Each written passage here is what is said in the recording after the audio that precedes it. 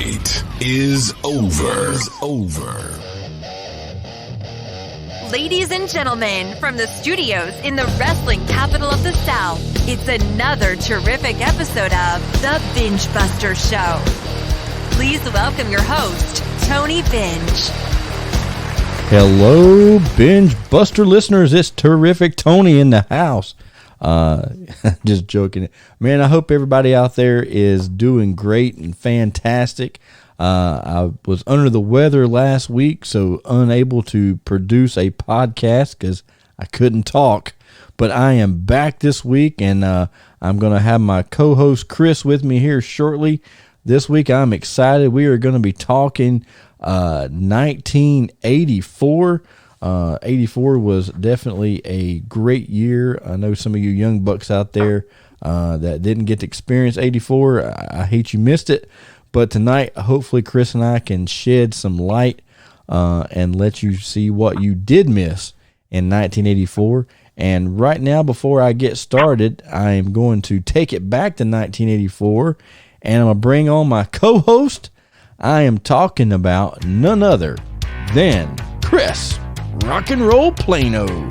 Chris, what is going on?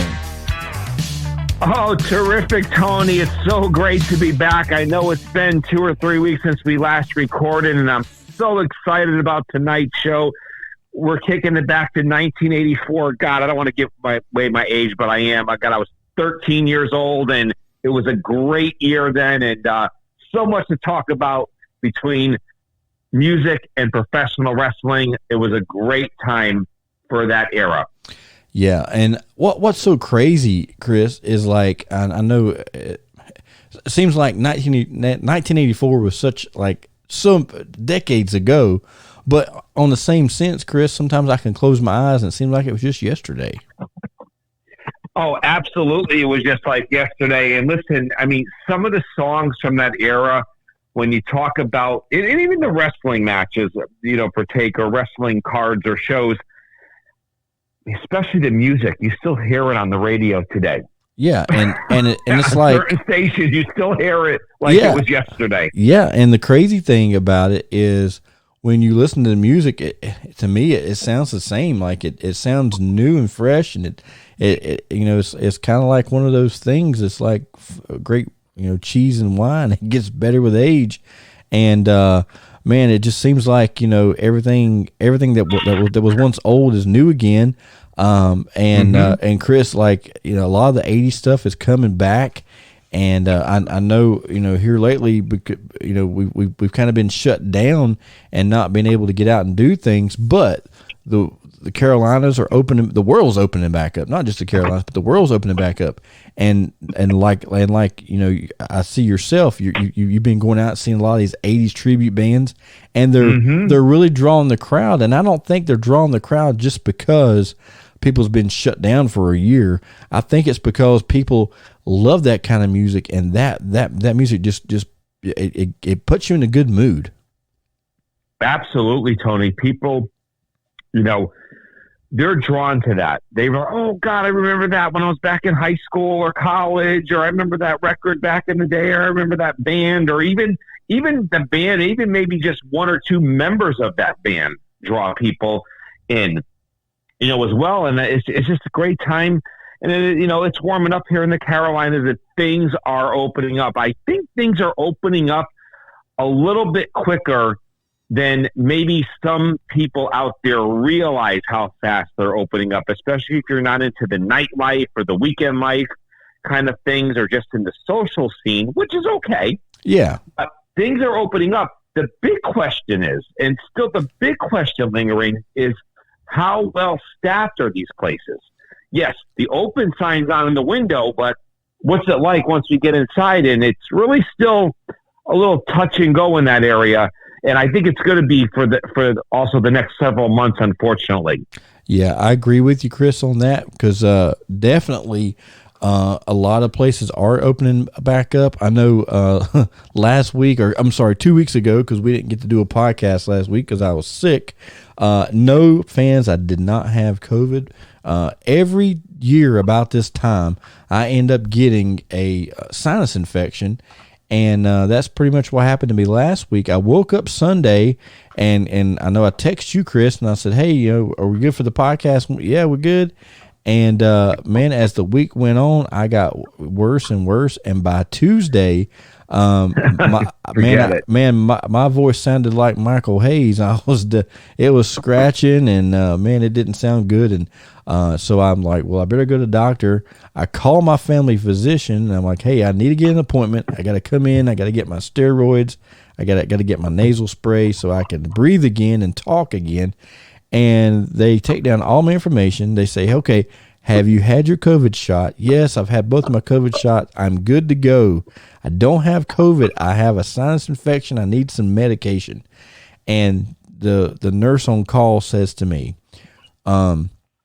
okay, you've had your COVID shot? Yes. All right. Well, this is what I need you to do. I'm going to need you to go to urgent care and not come here because anything upper respiratory we are not seeing. I'm like, wait a minute. You're my doctor. You're my doctor. And so anyway, long story short, I ended up going to urgent care, paying the double, the double copay because you've seen urgent care, so insurance is going to charge you that extra pay. So not only did they cost me double, but I went in and the doctor at the urgent care says, what's a family doctor good for anymore? Because what are they doing? They're turning everybody away at this point because they're afraid of COVID. They're doctors. That's what they're supposed to do. They're supposed to take care of their patients. I'm like, yeah. But anyway, that's how my week went. So, and sure enough, It was sinus infection. They gave me the steroids. They gave me the nasal spray, and now here I am, and I'm back to normal, just about. Anyway, but man, it's just crazy how this COVID has changed the entire world. But I tell you, Chris, it does feel good to go out in public without that stupid mask on, see people smile, see people's faces, and just hopefully live life normal again. Absolutely. And I think people are starting to get there. Again, some are going to be quicker than others for whatever the reasons may be. The reasons are going to be just that. But, yes, the mask mandate is off here in North Carolina. I can't speak for all 50 states and what the CDC guidelines are. Some states are faster than others and based on positivity rate and different things. But in North Carolina, Governor Roy Cooper, Dr. Mandy Cohen have pushed forward to open this state up aggressively, and I can even state the same for South Carolina as well. And, now the big thing is we got to get people back to work. That's the biggest challenge now. Obviously we know people have been decimated by the COVID-19 pandemic from a financial standpoint and an employment standpoint, but everyone's hiring now. So, now it's time to get back. It's time to do the right thing. If you are vaccinated, it's time to get back to work. It's time to do the right thing, and let's get this economy going. And it's going to benefit everyone in the long run at the end of the day, no matter what industry you're in. Some industries are much more ahead than others, and some are lagging behind, but that's what keeps the economy turning. And, it's time. And, we got to keep pushing forward, and but that's kind of where we're at now. But we are seeing positive steps towards this, and it's just going to keep improving week after week after week. It's just going to take a little time. Yeah, but like you say, Chris, we're definitely going to get there if we all work together. And and one thing I'm excited about that I'm seeing that we're opening back up. My wrestling booking sheet is getting full. I'm getting a lot of bookings, during the summer months and the next few weeks, and I'm excited. And on next week's podcast, I will be disclosing some of those bookings. And also, fans, to let you know, I've had a lot of requests asking, when are you guys going to have some more guests on the show? And I am in the process now of getting those laid down and booked. And I will tell you this, any of you listeners out there, if you've been watching the show on A&E, WWE's Most Wanted Treasures, if you had a chance to check that out, if you have not had a chance to check that out, I highly recommend going and watching that. It's amazing, Chris. They take some of these WWE stars and they send them on the road to go out and locate some of their long lost wrestling gear and memorabilia. And in the next few weeks, I'm going to have one of those one of the great people that is on that show. They are going to be on the podcast.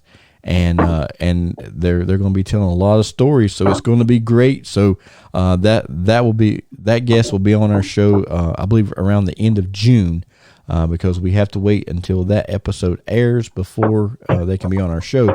But they will be there. I'm not telling them names yet, but keep following the Binge Buster Show, and you'll find that out. But I will tell you, it's definitely the holy grail of wrestling memorabilia.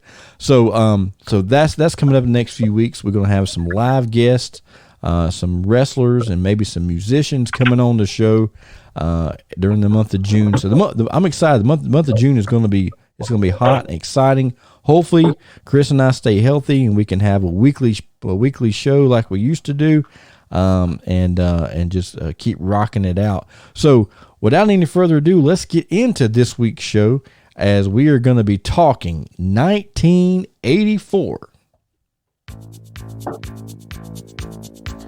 The year is 1984, and there's a lot going on in the world and pop culture.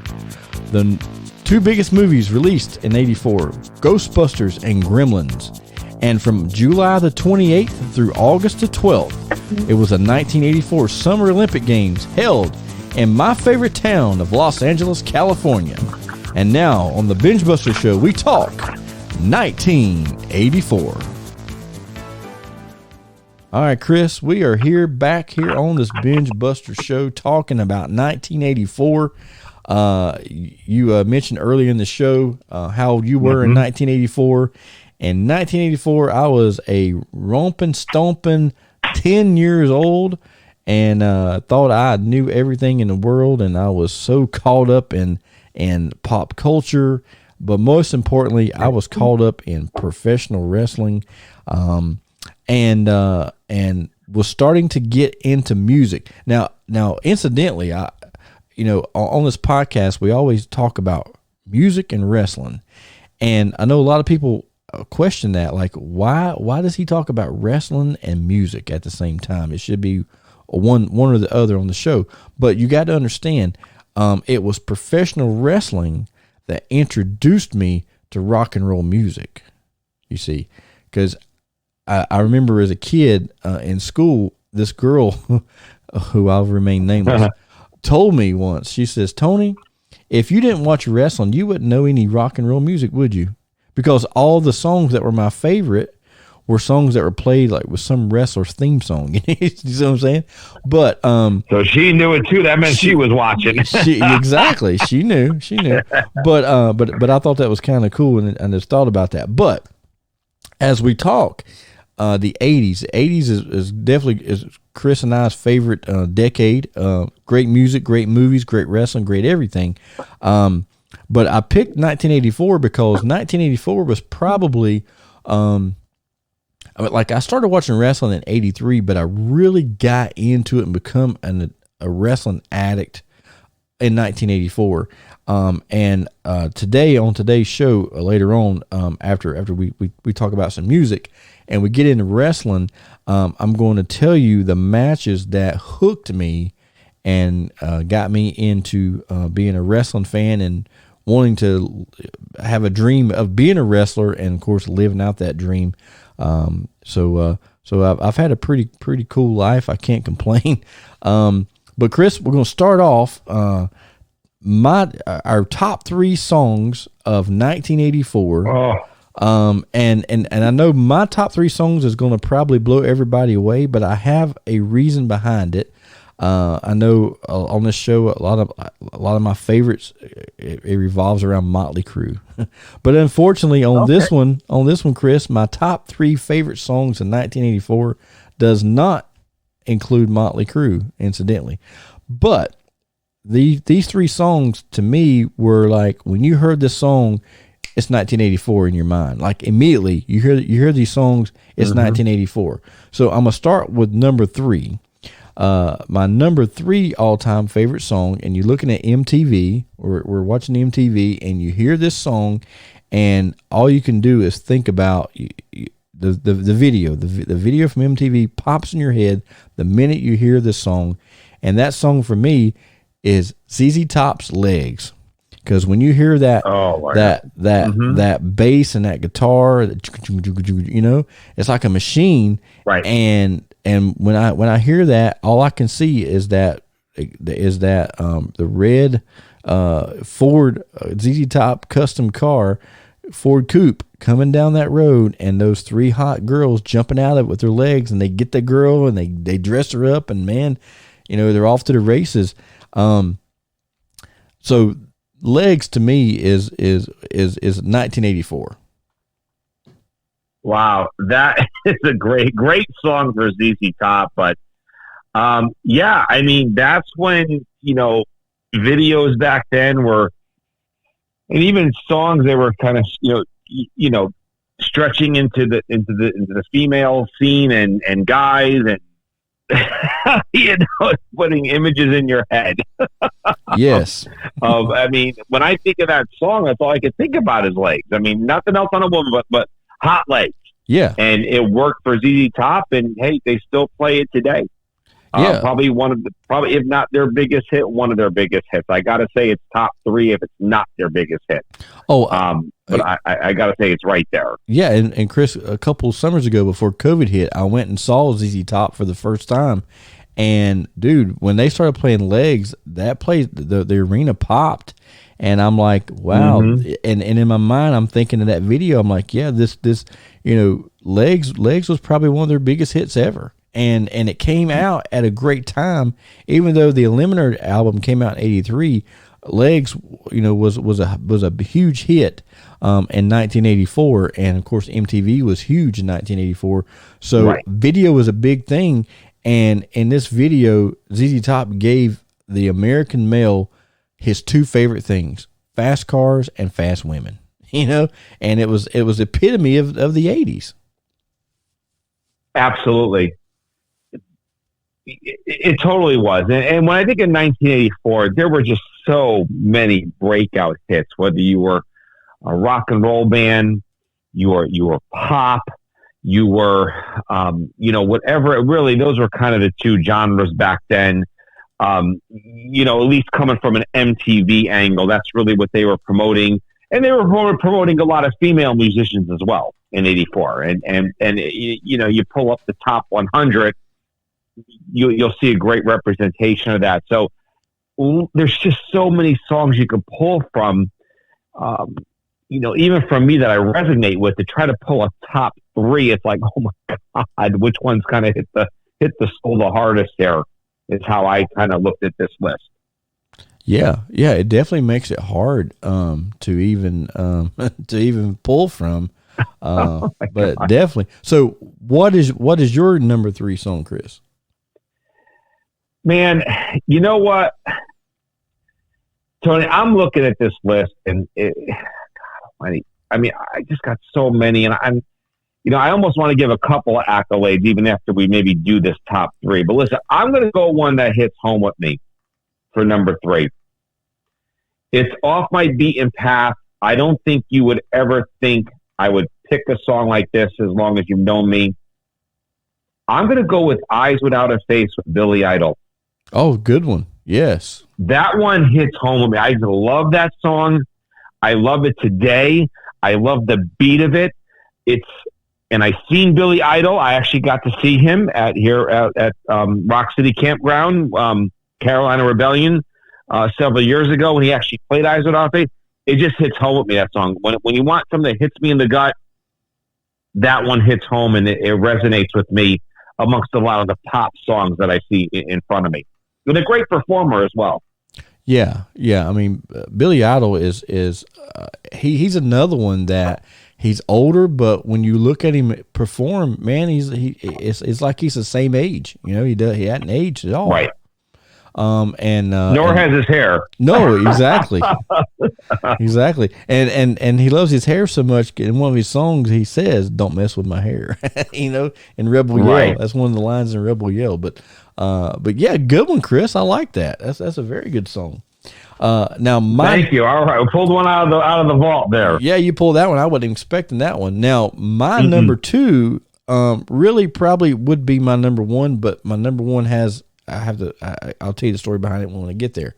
But number two, this is that sound. When you hear that sound, man, it's like 1984. You're ready just to rock and roll and have the best time of your life. You have no worries.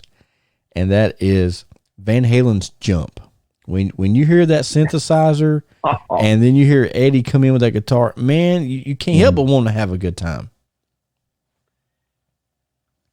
Absolutely. I'm going to be honest with you, that was my number one. So yeah, that's what I'm saying, you man. stole my number one. Yeah, I stole it. Okay, sorry. Yeah. And even the interlude into Jump with 1984 with Eddie on the synthesizer. I mean, we were hearing things that you didn't hear before. And then after 1984 plays, you're kind of listening to this futuristic, 40-second song. And then when the first notes hit to Jump, it's like the song was made for MTV. That was the song for Van Halen. And it was a song for David Lee Roth. I mean, you really saw him that was my first experience with David Lee Roth in spandex. Aerobic type moves. Aerobics was in back then. Oh, yeah. Big time. With Olivia Newton-John and all this stuff. So it was the perfect time for it. And he was doing things in front of the band. But that was their mega hit from MTV that really catapulted. And they've had some other ones, Hot for Teacher and some other ones on, but that was the video without a doubt. And I don't think anyone would doubt that at all. No, not at all. And the cool thing about that is I don't care who you are. Jump was the song that to my opinion was I keep saying ZZ Top, was Van Halen's number one song to me. That song will always stand the test of time, I believe. Oh yeah, I mean that's the song, and that song, it resonated with everyone across the board, with women, with men, with young kids. It just resonated. It was the commercial song that they needed, amidst other hits they had way before that. That's really what put them on the forefront of who Van Halen was, and really promoted all four original members of the band as well. Yeah, I agree. Not just David Lee Roth up front. Right. Yeah. I mean, it really centered around all four members, and really just made it stand out, I think. Now, absolutely. Now moving on to my number. That was my number two. So yours, Chris. What is your number two? Okay, well, you knew what my number one was. Yeah, I'll jump around on you here. So my number two, and I think this one you probably think would be my top three. I got to go with Stephen Pearcy and Rat with Round and Round. Yeah. My number two. I mean, I got to give it back to some of the glam metal and all that good stuff of the 80s. But, hey, that's a huge hit for Rat. And, at that time, somewhat even of I won't say the word underground band, but I don't think they were way up at the top either. But, I mean, I just love the song. And when I hear that song, I mean, that's who they were. That is their hit. Yeah, I agree, 100%. Now my number one is also from a movie, but this is the epitome of 1984, and I'm talking about Kenny Loggins' Footloose. Yeah.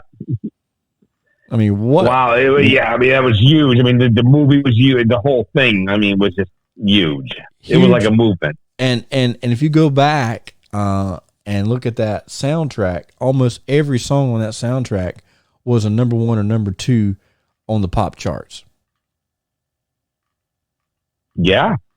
I mean, it was just huge. I could see. I mean, I even have the cover of the album in my head without even having to pull it up. Yeah, I mean, and to go back and watch the movie. I mean, I still watch that movie regularly. I have it, saved on my iPad. But there's a lot of '80s movies, and we'll get into those in later podcasts. But man, Footloose. That movie was great. The soundtrack was great. I mean, it was a win-win scenario.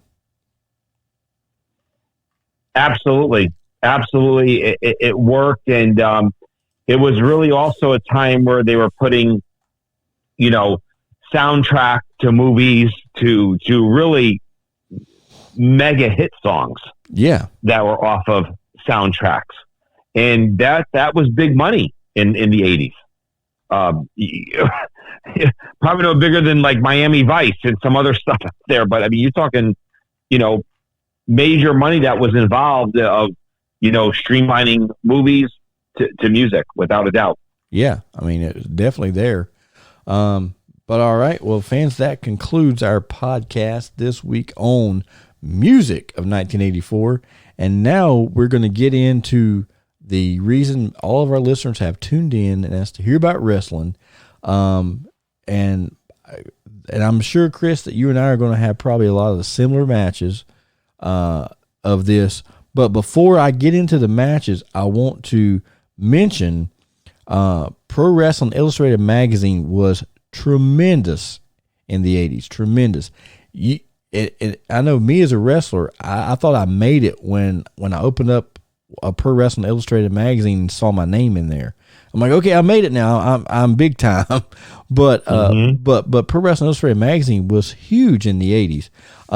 So what I like to do right now is go through and name or list the 1984 PWI winners of the year. Starting off with Pro Wrestling Illustrated Wrestler of the Year of 1984 was yours truly, Nature Boy Ric Flair.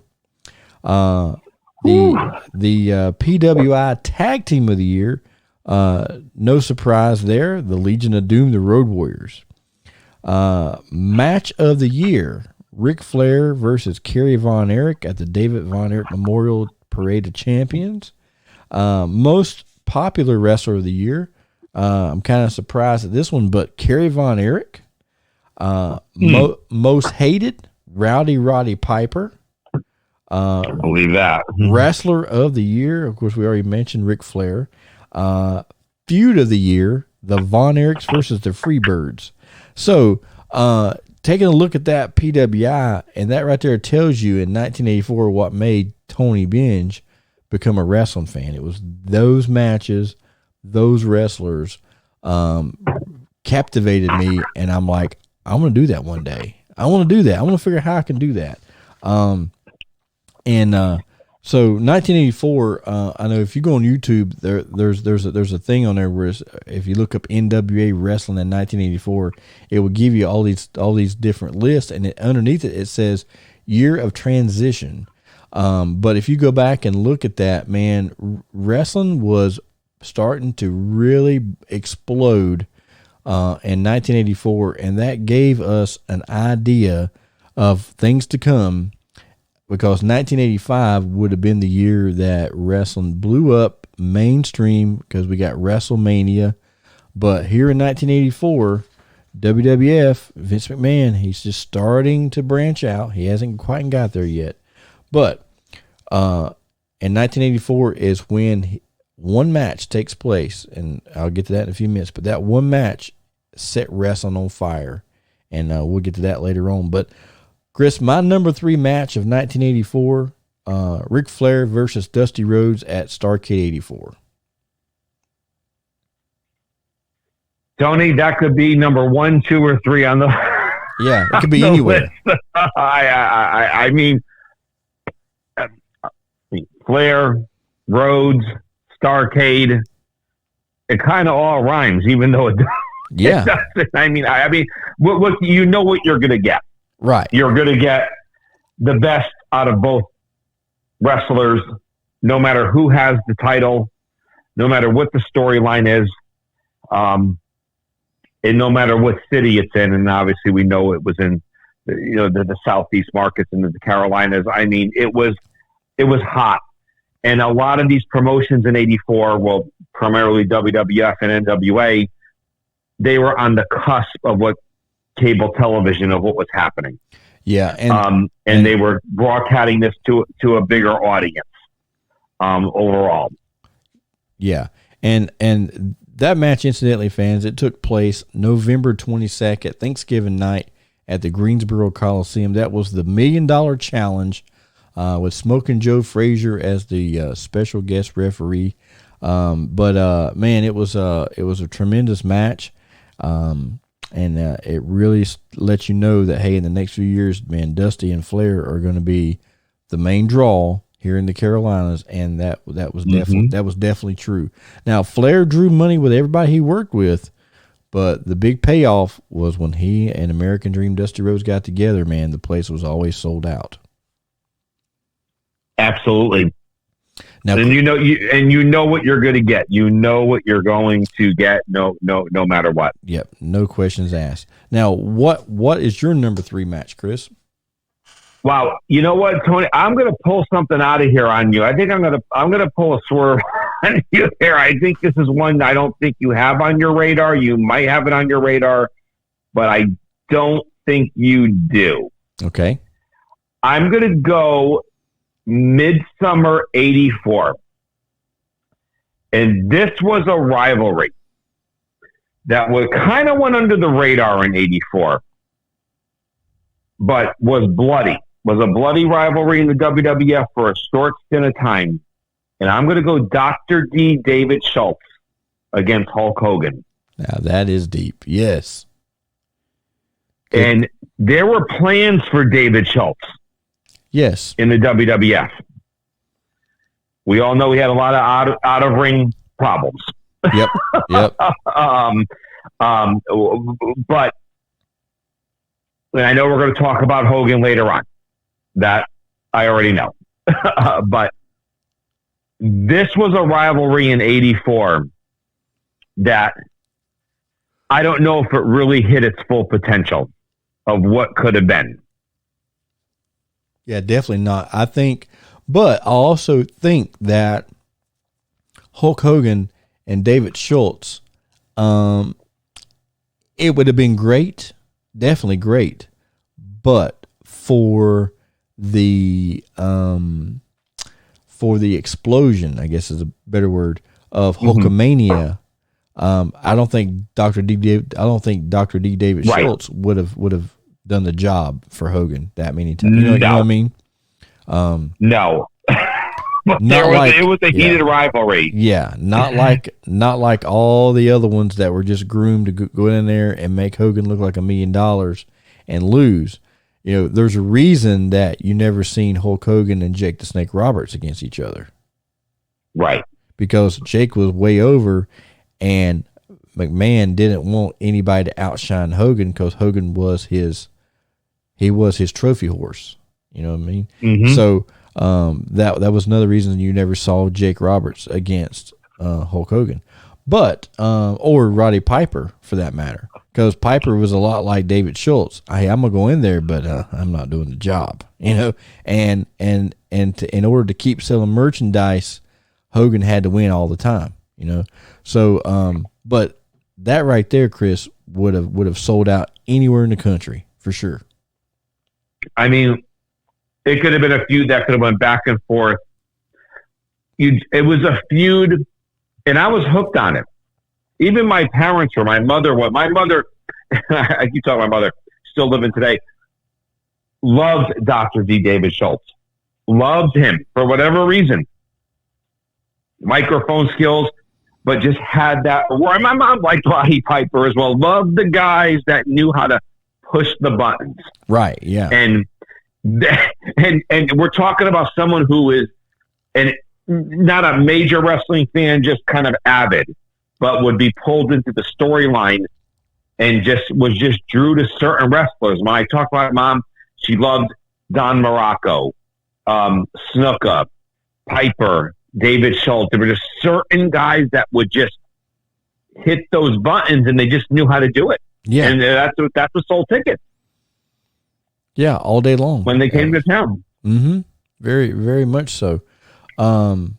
Dr. D. David Schultz. I saw a program about him a few weeks ago. It was done really well, and it even talked about when he slapped the reporter. But man, David was he was a man's man for sure. Absolutely. So hopefully I may have threw a little curveball at you there. You did. I definitely wasn't expecting that one at all. Now, moving off the board a little bit. My number 2 should be number 1, but I'm saving another one for number 1. But the Von Erich Freebird feud, that feud right there, man, was as intense as they come. They pretty much could have took those matches and went all over the world and sold out everywhere. But in '84, they were selling out Dallas, Texas, and any other little Texas town all around Dallas. If you saw the Von Erichs versus the Freebirds, you knew that it was going to be bloody.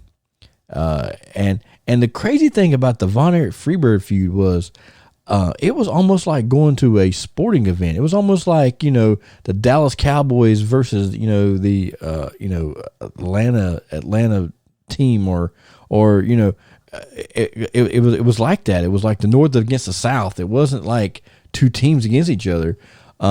Because I can remember seeing the Freebirds on World Class TV, and you could hear the fans chanting, "Go home Freebirds. Go home Freebirds." The people of Dallas, they didn't want them Southern boys in Dallas, Texas. They wanted them to go back to Atlanta because the Freebirds had so much heat. But then once they, turned and went babyface, they were just as over as the Von Erichs were. But I remember in '84, the first time I saw the Von Erichs and Freebirds, man, the first time I saw Michael Hayes in '84, I was immediately a Michael Hayes mark. I learned to do the Michael Hayes strut. Chris, I would get in. Was he bobbing the head? He was bobbing the head, wasn't he? Dude, let me tell you, I would get in trouble in elementary school for doing the Michael Hayes strut and moonwalk down the hall. I'd be doing that strut and moonwalking back down the hall, and my teacher would be like, "Tony, stop!" And I'm like, "What? I'm just doing the Michael Hayes strut and moonwalking." And all my friends in my class were like, "No, that's Michael Jackson." "No, that's Michael Hayes." No Michael Jackson here. This is Michael Hayes, baby. But man, the Freebirds were so over, and but the Von Erich Freebird feud, man, that thing lasted for. It was almost like the Jimmy Valiant Paul Jones feud. It lasted forever, and just when you thought it was over, another layer, another layer, and another layer, and another layer, and until finally in 1988, Michael Hayes leaves. The Freebirds they left World Class. Went to Crockett Promotions in '87, and then early '88, Terry Gordy and Buddy Roberts came back to World Class, but Michael Hayes stayed in the NWA for a little while. He releases an album, Off the Streets, which, by the way, I do have a copy of. And then he goes back to World Class and says, "Hey, I'm not here to wrestle. I'm here to sing." And, of course, by that time, they had broken up the Freebirds a little bit. And now you see a whole new layer. You see Terry Gordy and Buddy Roberts versus Kerry Von Erich and Michael Hayes. And that right there was something that I was like, wow, this is crazy to see this. And I waited to see what was actually going to accumulate of that. But incidentally, World Class gets bought out. And Michael Hayes goes back to Crockett Promotions and forms a new Freebird with Jimmy Jam Garvin, and the rest is history. But the Von Erich Freebird feud will always go down as one of my favorites of all time. Oh, I mean, without a doubt. I mean, there's just you can't put words behind it. I mean, that was the storyline of the South. You had the boys from Texas. Bad boys from Atlanta, GA, or Georgia, and Atlanta, GA. No, and they lived at the last house on the block. and no matter what was said, it was going to be on. It didn't matter what was said. It was like putting a match to gasoline. And that's just the way it was back then, but it worked. And it worked for television, and it also worked for the shows they did wherever they were in Texas and throughout the South. The storyline worked, and the Freebirds had the look, and we know the Von Erichs had the look. So it just worked. And it worked at a time in wrestling where, again, they were also portraying the storyline to a bigger audience through cable television, and even the magazines too back then, Tony. The magazines were still royal hot. Oh yeah, during that time too, on a every 30 to 45 day basis when they were coming out. Yeah, and there wasn't nothing cooler than open up a Pro Wrestling Illustrated magazine. You get the middle cover, and here's a picture of the Freebirds bleeding all over the place against the Von Erichs. I had so many of those. There were on my some wall. shows that just there was no film on them, or just some shows that weren't filmed, and you didn't have quick results back then. Nope, but so it worked. But it definitely worked. It was great. Those kind of storylines. Now, what is your number 2 match, Chris? Wow, Tony, we're gonna. Oh boy, this one. Well, a storyline to a match that I saw live later on in 1984 in New Haven, Connecticut. And probably, I would say the most shocking segment on television versus against Hulk Hogan when he accepted it to challenge Andre the Giant in WrestleMania 3. You probably think you know where I'm going with this. I would have to say Roddy Piper cracking the coconut over Jimmy Snuka's head. Oh, man. In 1984. That was great stuff right there. And then the WWF putting that for several months. That was their main event on the house shows and the shows they did. Whether it was Snuka, Piper, most of them were in a steel cage at that point. Yeah, and Piper knew how. Piper was the king of heat, brother. Listen, if you wanted somebody to draw heat, Piper's the guy. Listen, I want to tell you a funny Roddy Piper story. So Piper, early on in his career, he would. A lot of people may not remember this, but early on in Piper's career, he used to bring the bagpipes to the ring, and he would play them when he got in the ring. And he said one night he was in California, and a majority of the fans in attendance were Hispanic. And he comes out there, and he's got his bagpipes. He says, "Hey, I know I've been doing things the wrong way, but I've spent some time with an Hispanic guy, and tonight what I want to do is I want to pay homage to the Latino community, and what I want to do right now is I want to play the Mexican national anthem." And he tunes up his bagpipes, and everybody's expecting him to sing to play the Mexican national anthem. And instead, Piper plays Cucaracha, which is a song about cockroaches. And he said that once he did that, people were throwing everything in the ring at him, chairs, bottles, sticks, whatever they get their hands on.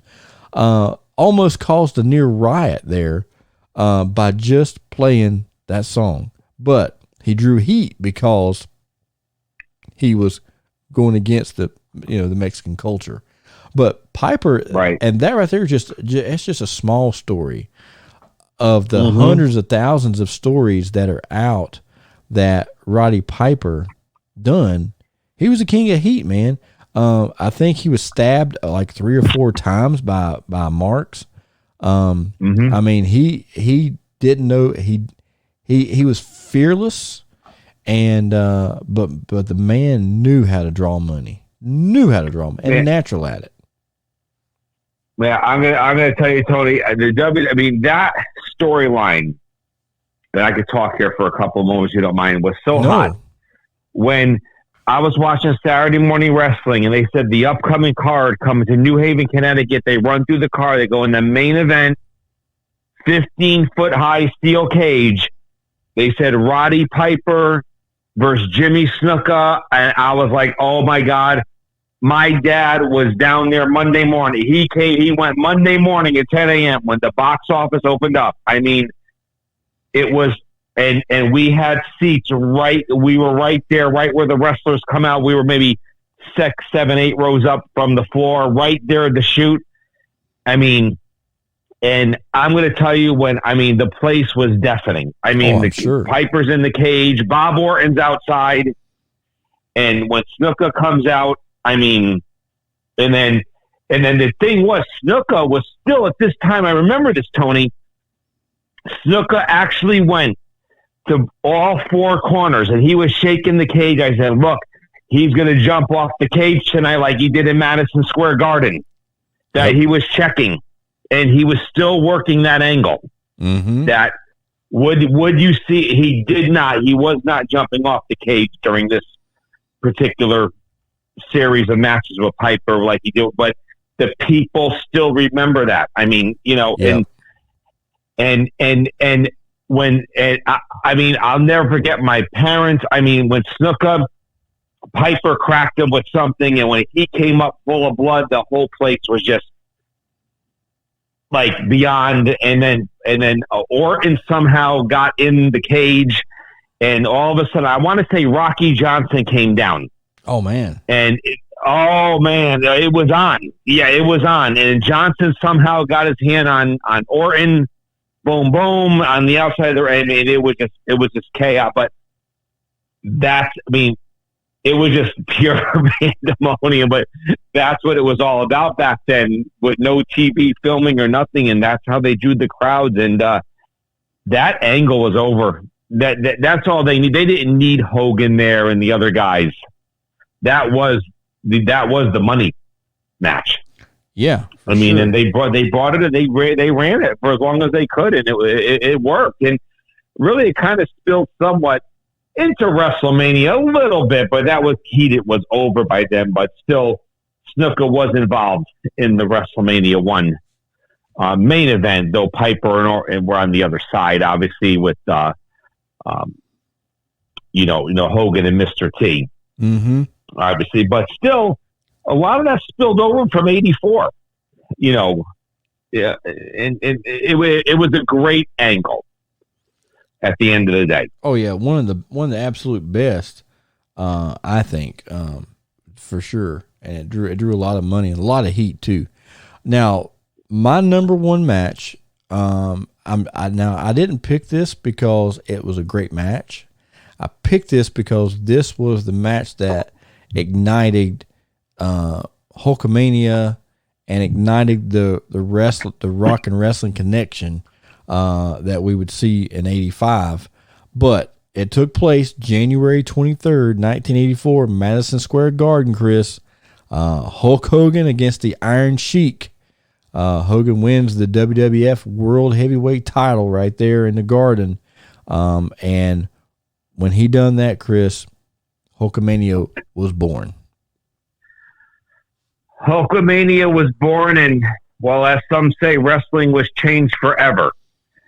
The Iron Sheik, I think just a little less than 30 days before that show, obviously defeated the then champion Bob Backlund in the middle of the ring, which was a shock to everyone in the World Wrestling Federation that, the Iron Sheik would come in and beat Bob Backlund in the middle of the ring, Arnold Skaaland throwing the towel in, and then the Sheik has Hulk Hogan in the same building less than 30 days later, and Hogan comes in and,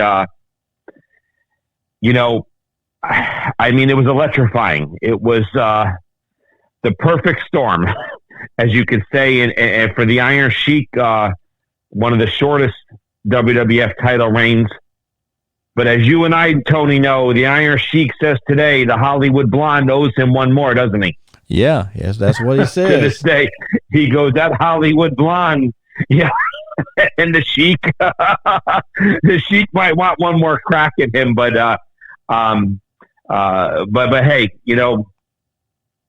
God, yeah, it changed professional wrestling, forever. And then, Vince McMahon had Hogan up top with the world title.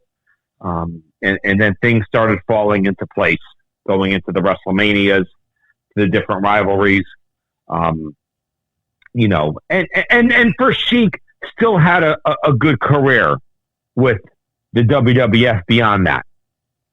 Oh yeah, for most sure. guys might powder out and that'd be the end of their career.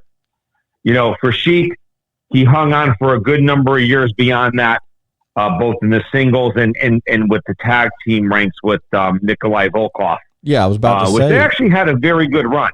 Yeah, I was about to say that. In '85, Mm-hmm. he and Nikolai become WWF World Tag Team Champions. Mm-hmm. And even after that, even when they dropped the belts to Mike Rotundo and Barry Windham, they were still over, man. The Sheik would still come out there and sing the national anthem and spit on America, and then he was revamped in the '90s, teaming with Sergeant Slaughter of all people. I don't think dropping the belt to Hogan hurt his career in any way whatsoever. And Tony, if I may, and I'm sure the Sheik would appreciate this, what a great run he had even prior to that down here in the South. Oh, yeah. The Sheik had a long run here in the South with Georgia Championship Wrestling and other promotions. I mean, he was a feared compadre down this way before his WWF days. Oh, yeah. And wrestled the best and drew good money for the NWA and Crockett Promotions. Yeah, and then he came back, '89. I remember, in '89, a lot of times, you didn't know who was coming, whatever. But I remember going down to Greensboro Coliseum because my dad would bring me like every weekend. But I'm down there one night, and he wasn't even announced about being in the NWA. But I'm out there, and I'm trying to remember who he worked. I believe it was Sting. Yeah, it was Sting. Sting was the NWA World Television Champion, and Sting comes out, and I'm like, okay, who's he going to work? And then out comes the Iron Sheik, and I'm like, whoa, the Iron Sheik is in the NWA. And of course, it was funny seeing the Sheik because he came out there and he wasn't wearing those traditional Iron Sheik pants that he wore in WWF. He was wearing these peach pink neon spandex trunks with a camel on them. But man, he came out there and he and Sting had a good match, and they popped the Greensboro Coliseum, and it was a good time. And but yeah, man, definitely the Sheik definitely had a great career. And if you want to have a great laugh, if you want to be entertained, go on YouTube and pull up Iron Sheik shoot video and watch it, and just it will blow your mind. It will blow you away. I don't know, Sheik. I'm going to tell you right now, and obviously Tony, we've been around the Sheik. I mean, one of the toughest guys ever in the business. Oh, I don't know if anyone will want to go one-on-one in a shoot match with him. And strong too. Strong as an ox, strong upper chest, strong shoulders, strong thighs. He was strong because of that amateur wrestling background that he had, and he was just strong in so many ways. He could put some guys into next week real quick if he really, if push came to shove. Yeah. I don't know. If there was going to be a backroom brawl, I think I'd want to be standing behind the Iron Sheik. Definitely not. And speaking of the Iron Sheik, and speaking of, I was talking earlier about that television show where the wrestlers go out and they find the lost treasures. On one of the episodes I watched, they went to Bob Backlund's house, and Bob had a set of clubs that was owned by the Iron Sheik, and he donated it back to WWE for them to put in their museum. So really cool stuff. Man, and even Bob Backlund said you have to be extremely strong to be able to do these clubs, and just very few people were able to do that. Sheik was one of them, and Bob Backlund was the other. Man, amazing stuff. Well, here's the reason why. I really think Backlund was able to do those clubs because of the amateur background. He had the amateur background like Sheik did. Yeah, exactly. And those guys in the amateur wrestling business, they have muscles where people don't have muscles. Oh yeah. They're normal muscles, but they're just strong. That and if you and in the words of the great Gorilla Monsoon, and they got intestinal fortitude. But yes, they do. But seriously, yes, they do. They're strong as they can be. But yeah, it was cool seeing those clubs. They were definitely still around and not in a trash can somewhere. And you and I, we talked to some circles. Maybe I'll bring in the Sheik in and throw in those clubs maybe one more time. We'll have to see how that all plays out. You never know. You might see the Sheik. He might challenge you, Terrific Tony. Oh yeah, no, too much for me right there, brother man. Well, fans, we hope that you definitely enjoyed this week's show. I hope we enlightened you on 1984 music and wrestling. Next week is going to be a really good show, as we are going to get into 1985 and touch on some of the big matches of 1985. And so it's going to be exciting. I hope everyone has a great week.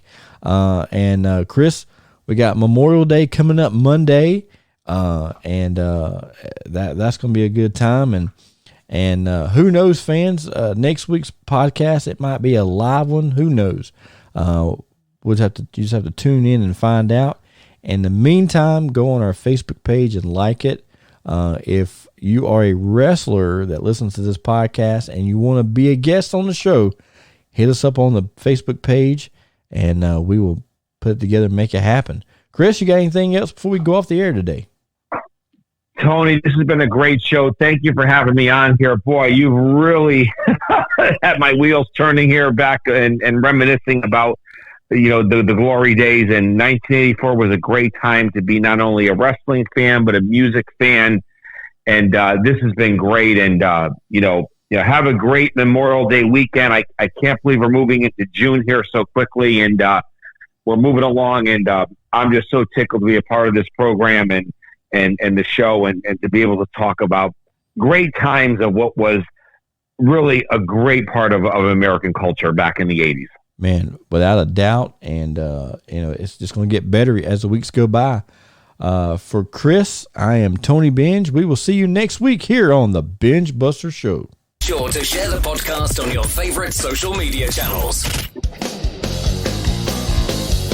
Thank you for listening to the Binge Buster Show. Make sure you like us on Facebook and download us on your favorite podcast platform.